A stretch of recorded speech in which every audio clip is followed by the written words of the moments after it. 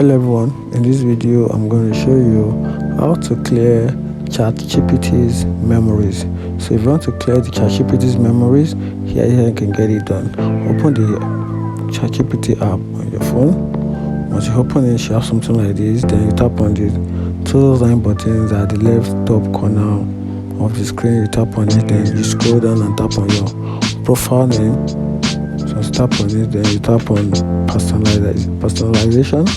You tap on the personalization. Once you tap on it, then there's another option at the down part of the screen, which is the manage history.